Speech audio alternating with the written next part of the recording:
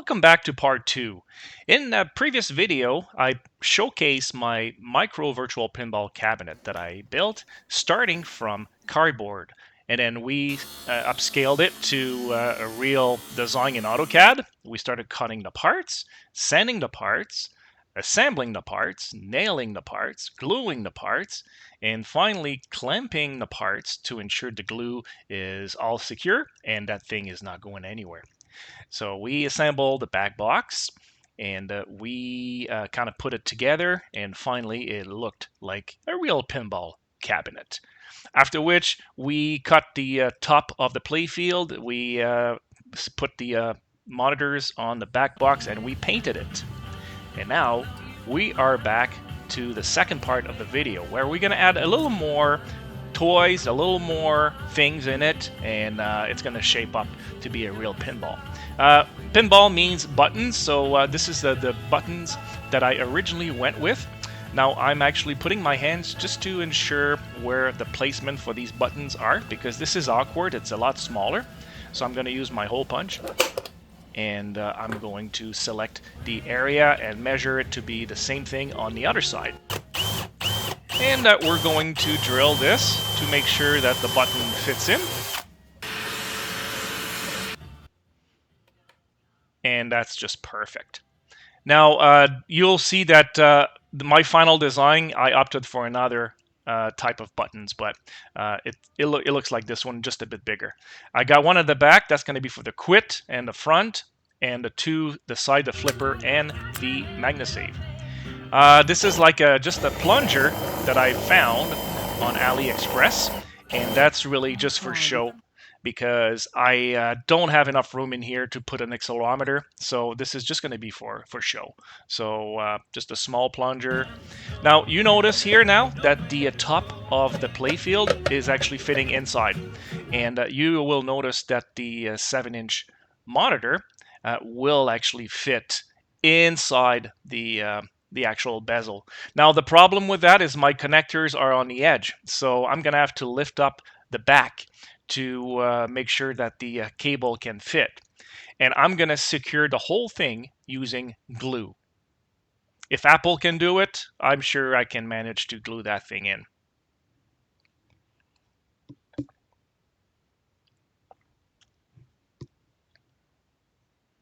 So adding the glue on each side, and I also glued my cables. The back box, so we're going to manage to put our 2 screens here in the back box. So putting the 2 screens, this one is a 3-inch. It's kind of cool. It's pretty small and was fairly inexpensive. Like I said, I got most of my parts on AliExpress. Took a while, but I got them for a lot cheaper. You can do the same thing. You're never in a hurry to build that thing. So testing my cables, I had to kind of manage, like, for example, this one is like a elbow, right? Just to make things easier. So you're going to have to figure out what works for you, and just testing my wiring here. And now we're just going to glue that monitor as well. I mean, really, there's no issue with gluing because this is so light. It's just not going to move after at all. The only issue is if you have, let's say the monitor breaks, then you kind of will have to rip that apart. So you see it actually holding pretty good. No issue whatsoever. So let's just put that in just to test it. Oh yeah, that looks good. Now you're seeing some kind of scratches on it. Don't worry about it. They're not scratches. There's a protecting film that I never actually take off until I'm done. So I'm going to add a strip of addressable LEDs on each side. That's going to add a lot of character to this thing. I'm not going to do it yet, but I just want to making sure that it's going to fit on the side, and it does. Okay, so we're moving into the software portion. So I have a video that's going to pop here on the top right. I got a full tutorial on how to do this. So this one, I'm just going to show you the basic steps. I'm not going to go in a lot of details. But I'm installing Pinup Popper, which is a free software from Nailbuster. And the link is going to be in the description. And then you just double click that and just follow the prompts that I'm doing. and you should be able to achieve the exact same thing. Now what it's doing is Pinup Popper is an interface that will allow you to select your table, and it's just like a front end for any gaming platform where you can have multiple of tables, and then you one click of a button and it launches that table. So that's what it does. Here are all the software that are included in this installer. I'm picking my build here. I got 3 screens.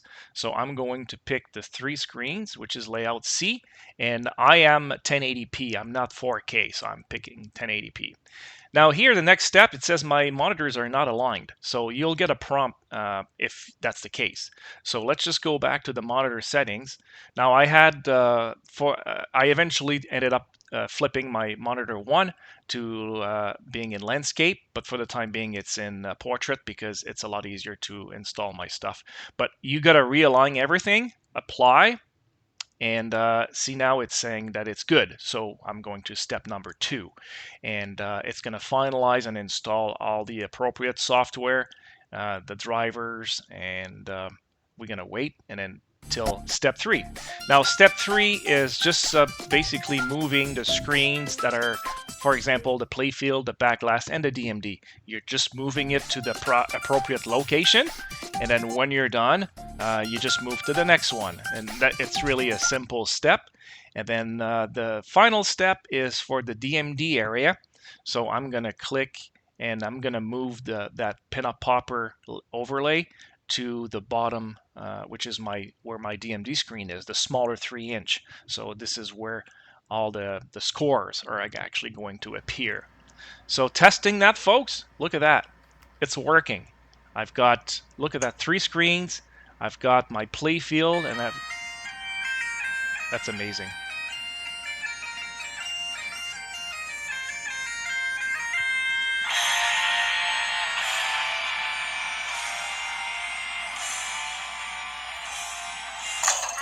Well, I have to test this.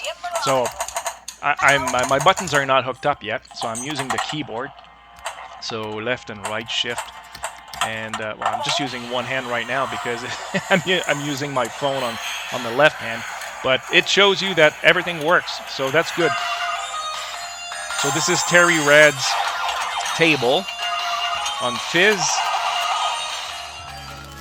All right, so let's just start putting the buttons wires. So I've bought a kit. It's really cheap. This one I got from, I think I got it from Amazon, though. But it was like really cheap, like 15 bucks.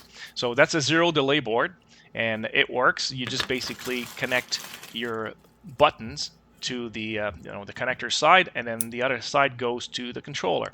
Now, because those buttons are so tiny, the regular clip is not going to work. So I'm going to have to solder my buttons to the wires, so which is not a big deal. So I'm actually going to do the signal and negative. The order does not matter. It just completes the circuit, so it's on or off. So and there you go. So I got the 2-1, and that's going to go back in the cabinet onto the connector, just like this. So each button is going to be just like that. The order does not really matter because we're going to configure them later. And then that end is going to connect to the computer. You see the USB. So speeding up the connection here, and I'm just going to dry fit to make sure that everything works.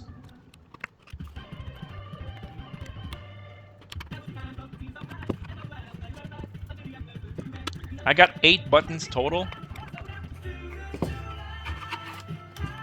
And then this is the USB connector, and then we're going to connect that to our USB splitter. Just because my monitors needs like USB for power, I'm gonna run out of USB ports fairly quickly on my computer. So I have an extender, or just a splitter, which I'm using. There you go. And this is I haven't talked about the computer, but this is the FIREBAT that I got from AliExpress. 250 bucks, guys, and it works like pretty good. Now we're gonna actually go to the device manager, and then we're going to test our buttons there. So I'm gonna click on the properties, and once the buttons are connected and the controller is detected, pressing the button will give you the number. See, it says 8 and 11.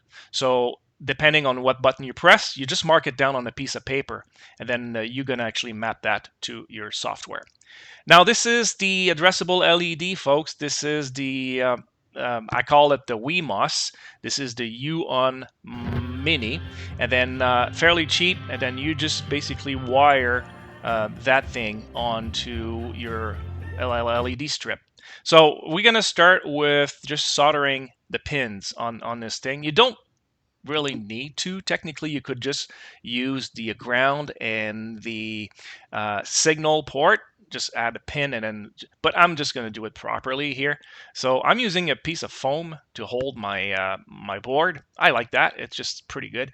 And the way I usually do it, if you've never soldered, just what you do is you just heat up the pin just under the pad, and then you move in your wire, and then you just let the solder melt in the hole, and it's going to fill it.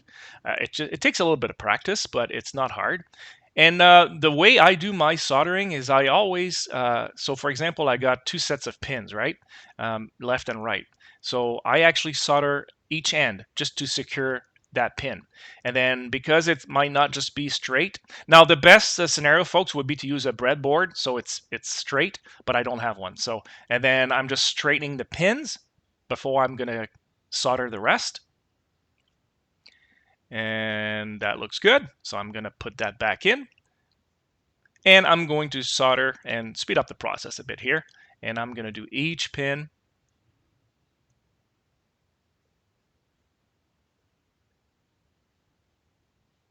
Oop, I dropped my iron there on the foam.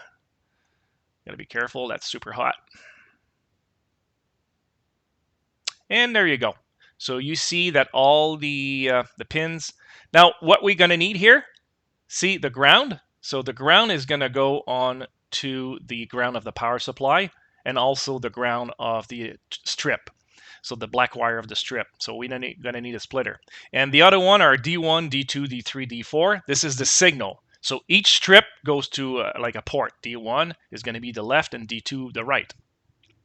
So the red is gonna be 5-volt power supply plus. So, and then the, like I said, the black is the ground that we just showed. All right, the firmware was flashed. Look at that, it's blinking, so it's working. And we're gonna actually launch a table, and we're gonna ensure that the signal works, and it works perfectly. So this is Leprechaun King from Scotty Wick, and a beautiful design and beautiful colors, and we know that the table is working now. So we're gonna test it a bit just to ensure that everything works. Yes, it does. That always amazed me. That's one of the best mod that I can add on the table is the addressable LEDs. I said I actually use a different model for the buttons. This is the one that I use here, the silver one. I like the design better, and the buttons are a tiny bit bigger, so it's going to be easier for the fingers. So there you go. So I'm just putting them in. I resoldered these wires, and I got them, and it looks like $1,000,000. This is like the 5-volt addressable LED power supply that I'm using. I couldn't fit that inside, so I had to opt to put it on the outside at the bottom, which is not bad because I'll have legs, so it's going to be raised, so there's really no issue, and it's going to get proper ventilation, so that's actually a win-win. And now this is like my little L-shaped brackets that I bought from Home Depot, and I'm going to use that for my legs, also for my rails. So that's actually works really, really well. So what I did is I actually kind of cut them to size. I pre-drill my holes.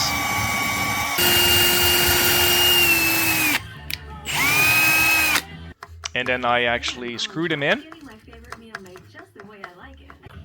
And now for the legs, I decided to use these screw-in little legs. So it's actually a plastic cap that's threaded, and then you just basically screw that in, and then it will allow you to raise or lower the table. So because it's plastic on metal, so my best solution was just to use glue. It's not ideal. I might have to rethink this, but for now it works well. So I'm gluing that plastic piece and at the bottom there, and I'm just screwing the leg in. And actually works really well. You can find these pads. I think I got them at Home Depot as well, but you can get them anywhere. Any hardware store will have them. And so test this. Oh, look at, oh no, it's slipping. So we're gonna have to think of something because that's not good. Look at this, Gorilla pads. So this is like a rubbery pad that's the exact same size of the little foam whatever here. So I'm gonna remove that, and we're gonna replace them with the Gorilla pads. It's just a self-adhesive sticker. So we're just gonna remove that and put it in.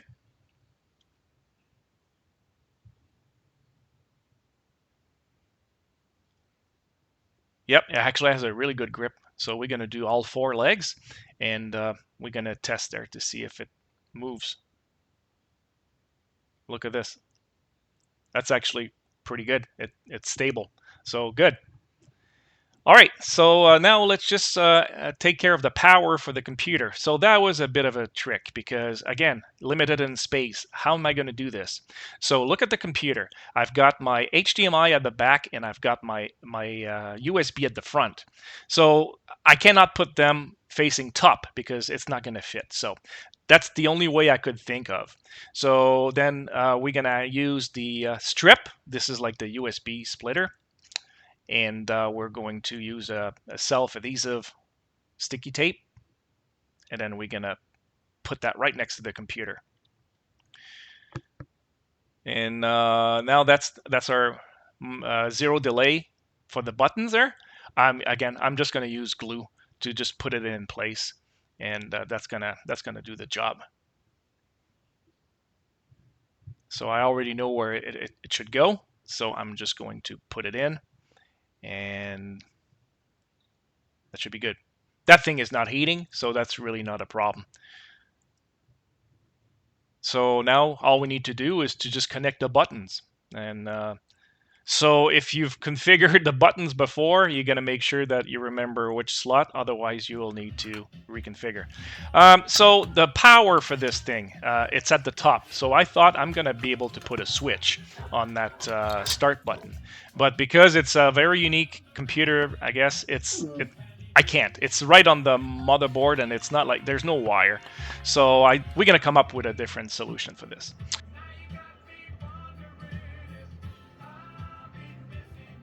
So now we're just going to add the strip, and I'm adding it's a self-adhesive strip.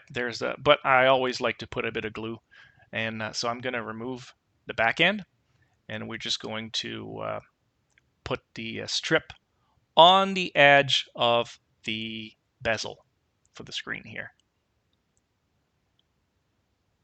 I think a total is like 33 lights that I have, so for each side. All right, so it's properly and firmly in place. I'll just do the other side then. A little bit of glue, and then let's put that in.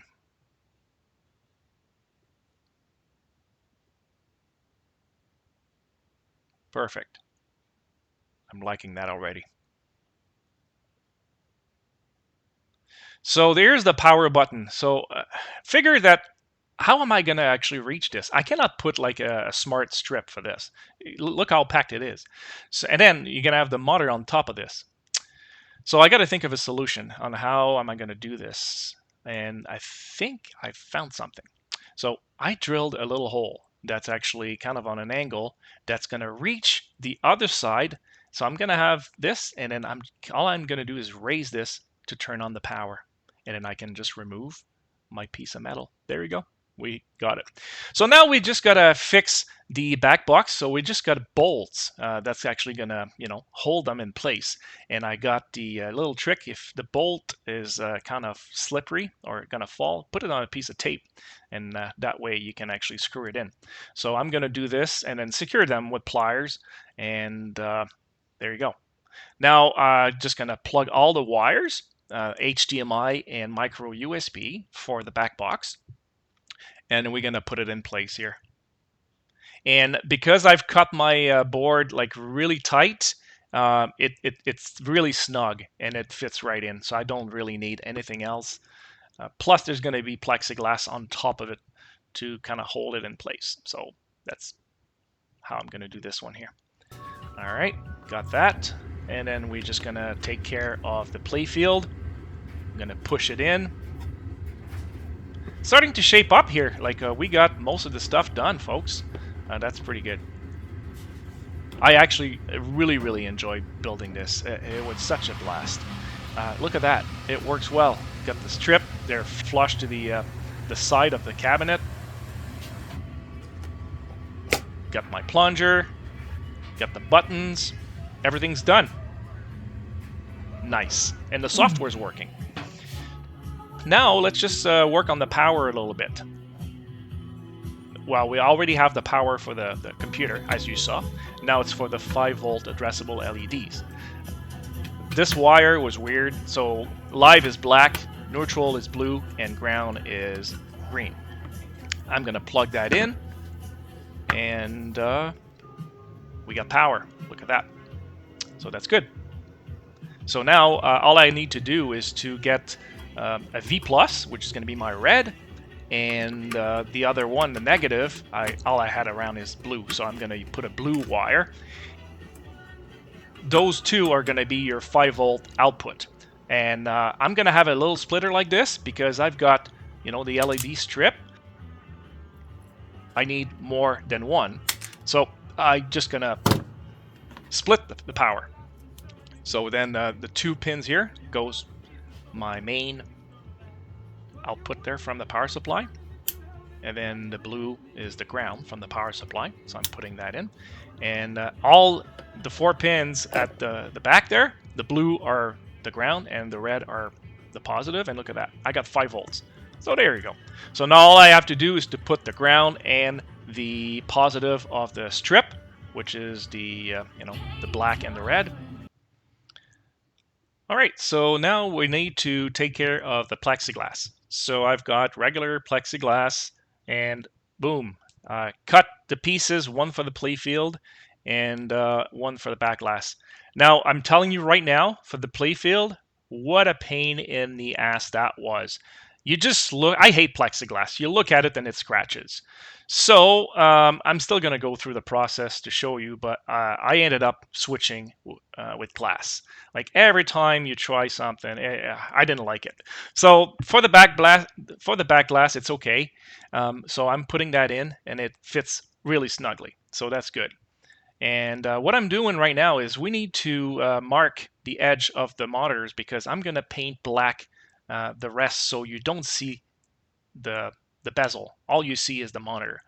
So I ended up, I traced the dots, and I'm just masking the edge of that line with tape, and then I'm using paper for the middle here. That takes a little bit of time. Take your time. Cut little pieces of tape and making sure that it's straight. And then once you got that, then you can put the middle piece of paper to mask the middle. Or you could put tape, whatever you prefer. And we got it. For the playfield, I've got the masking film, which I'm going to use as a template. So I've got my dots so I know where it goes, and I'm going to use it to prevent the paint from getting under. And it's not working very well. Like, you know, I had some leak. It worked for the back glass. For the back glass, I'm okay. And I use this is like a tint for like headlights and tail lights for vehicle. I wanted to be a little more transparent. But like you'll see, I ended up getting another solution, but we'll get back to it. While this is drying, I'm actually removing the buttons and the legs, and we're going to apply the vinyl. Oh, I've been waiting for this for a long time. I've designed it with Photoshop, and I had it printed at my local shop. And look at this. Oh, love that. Love the Theme 2 Ghostbuster. What a classic that is. Now this is self-adhesive, so there's like a back film that you remove, and then it sticks. But to making sure that it's not moving, so you're going to put painter's tape on the end like the back and the middle. And then you just lift a little bit of that film and then just cut the back end paper with an X-Acto knife or scissors. And then what you do is once you remove that, you kind of just line it up, and then you use, I just use like a little piece of plastic with a cloth just not to scratch it, and you press firmly to remove. Now this one is air release, so it doesn't never creates bubbles, which is great. I love that one. There's some tiny holes in the actually paper that trap air goes through it. So I've done it for years, never had a bubble. So it's actually pretty good. So then again, pressing firmly just to make sure it adheres properly onto the piece of wood. And the trick is to get a really sharp X-Acto knife. Change the blade before you do this. You don't want to have it dulled, so it actually kind of rip your graphic. So I'm just going to cut, to trim the edge, kind of speeding it up here a little bit.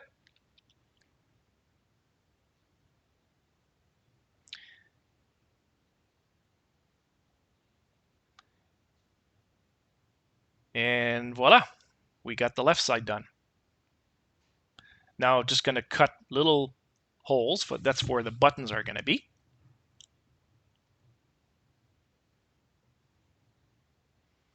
I'm going to fish that button in, and boom.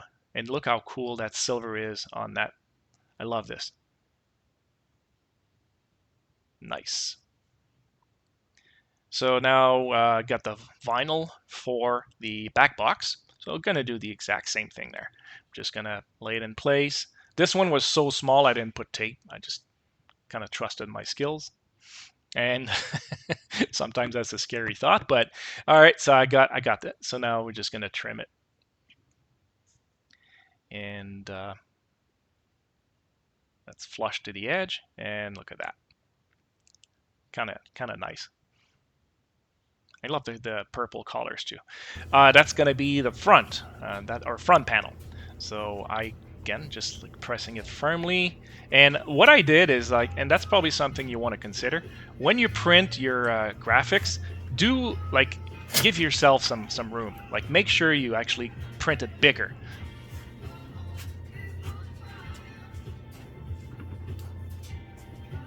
Cutting the holes and adding my plunger here and just putting the screw back in. I wish I could have had the accelerometer for the, maybe I will add that at some point. I'm not sure. It's the space. The space in there is very limited.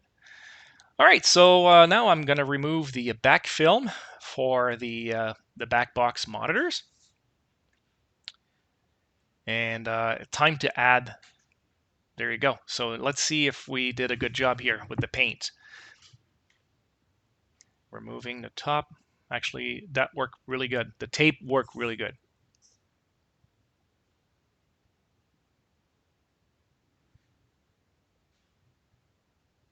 So for the back box with the black paint, that's a success. That works really good. So we're just going to wipe it just to make sure that all fingerprints are dusted off. I'm going to push it in. And overall, actually, I'm satisfied. Now let's see for that playfield here.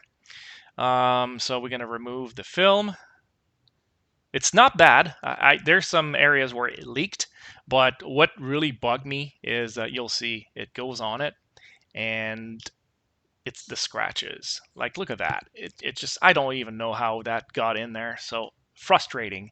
I did 3 of those, and you know what? I gave up. So I went to my local shop and I got a piece of glass cut. I said, you know what? Let's do it. It cost me $4 for that piece of glass. So I got that from actually Home Hardware for folks in Canada. I don't know if you knew, but a lot of stores will cut glass to size, and it was real cheap. So, all right, so I'm just unwrapping this, and look at that nice piece of glass. It's dirty, but there you go. We're gonna clean that up. We're gonna use actually Windows tint on this one instead of paint. It's just like that's the option I decided. So look at that. It fits right in. That's going to be awesome. So I've got my Windows tint film on it. And I just basically sprayed the glass with water. And there's a back film. So you just remove the back film, you put it in, and you just cut the side. And that's it. And then you just press firmly. And I use a heat gun just to kind of speed up the drying process and remove the air and the water that's under. And then you're done. You got like a tinted glass.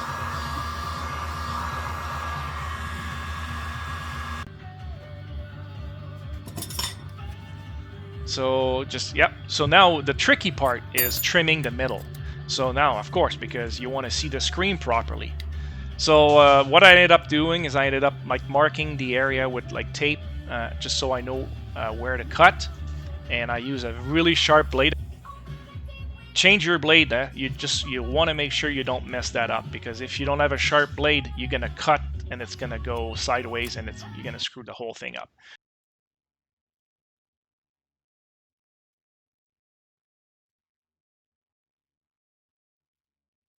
So there you go. So we've got now the middle screen completely removed, and we are ready to put that in.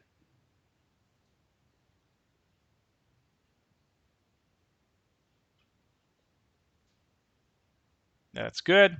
So now I've got the same material that I use for my legs, but I'm going to use it for the side rails. So I measured them, right, just to make sure that it fits properly, and I just cut them with like a metal saw. And I've got here, this is my lock bar that goes on top of the two rails. Beautiful. So now all I need to do is to mark where the holes are going to be, just to secure them in place, and just pre-drill them. And we're going to do that for all three pieces here.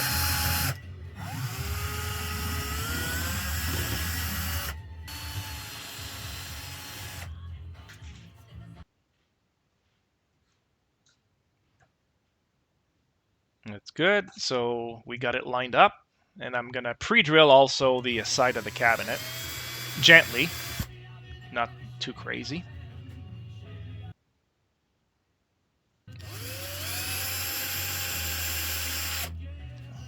And I'm going to add the screw. And this is the sound of an exciting Black Friday sale at Sleep Country. Black Friday just isn't the same at Sleep Country. I might change those with like a really flat head, so it does not bulge like this, but that can be done later. Now I'm adding the lock bar. Now you're seeing here, see the gap? I ended up recutting the rails on the left side to extend all the way to the lock bar, so there's no gap. I did not consider that, so I had to redo it. And well, that's the final look with the silver rails. I'm actually really happy with this. And I'm just going to add a little piece. That's just a final touch up. I'm going to paint black and kind of glue that in. And now that we're done, let's do some gameplay. This is always, that was my goal. So I can take that thing, show it to people, have them see the features of, virtual pinball. And let's just do some gameplay here. So we're going to play Leprechaun King. This is like when you install Pinup Popper, that's one of the default table that Scotty Wickbird agreed to let the software use. Thank you so much, Scott. And actually, by the way, I hope you actually start making tables again. Your tables are just fantastic. And we're just going to play a bit and look at the addressable LEDs, the score, the backlight.